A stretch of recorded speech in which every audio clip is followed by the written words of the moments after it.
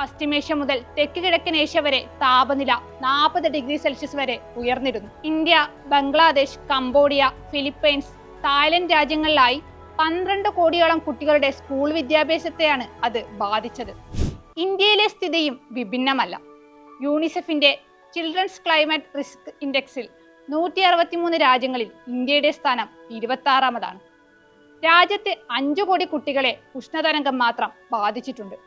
രൂക്ഷവും നീണ്ടു നിൽക്കുന്നതുമായ കാലാവസ്ഥാ വ്യതിയാനത്തിന്റെ ദൂഷ്യഫലങ്ങൾ ഇന്ത്യയുടെ വിദ്യാഭ്യാസ സംവിധാനത്തിൽ പ്രകടമാണെന്ന് യൂണിസെഫ് പറയുന്നു.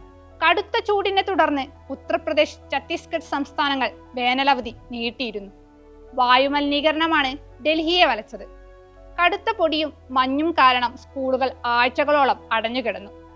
മേഘാലയ, അസം തുടങ്ങി തമിഴ്നാട്, കർണാടക, കേരളം ഉൾപ്പെടെയുള്ള ദക്ഷിണേന്ത്യൻ സംസ്ഥാനങ്ങളെ വലച്ചത് മഴയും വെള്ളപ്പൊക്കവുമാണ്. അങ്കണവാടികൾ മുതൽ കോളേജുകൾ വരെയുള്ള വിദ്യാഭ്യാസ സ്ഥാപനങ്ങൾക്ക് കടുത്ത നാശനഷ്ടങ്ങളുണ്ടായി.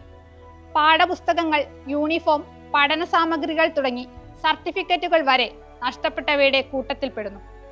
വീടും സമ്പാദ്യവുമൊക്കെ നഷ്ടപ്പെട്ടതിനൊപ്പം രോഗങ്ങൾ കൂടി എത്തിയതോടെ കുട്ടികളുടെ പഠനം പലപ്പോഴായി മുടങ്ങി. കേരളവും ഇതിൽ നിന്നൊന്നും ഒഴിഞ്ഞു നിൽക്കുന്നില്ല. മഴക്കാലം രോഗകാലവും സ്കൂളുകൾക്ക് അവധിക്കാലവുമാണ്.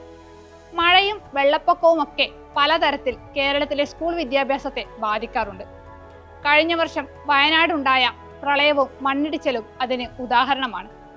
ആ കെടുതികളിൽ നിന്നെല്ലാം കേരളം പുറത്തു കടക്കുന്നതേ ഉള്ളൂ. ഉഷ്ണതരംഗം, വെള്ളപ്പൊക്കം, അന്തരീക്ഷ മലിനീകരണം പോലുള്ള സ്ഥിതിവിശേഷം അധ്യയനം തടസ്സപ്പെടുത്തുന്നതിനൊപ്പം വിദ്യാഭ്യാസപരമായ അസമത്വവും സൃഷ്ടിക്കുന്നുണ്ട്. വിദ്യാഭ്യാസ അടിസ്ഥാന സൗകര്യങ്ങൾ ഇല്ലാതാക്കുന്നു എന്നതാണ് ആദ്യ പ്രശ്നം.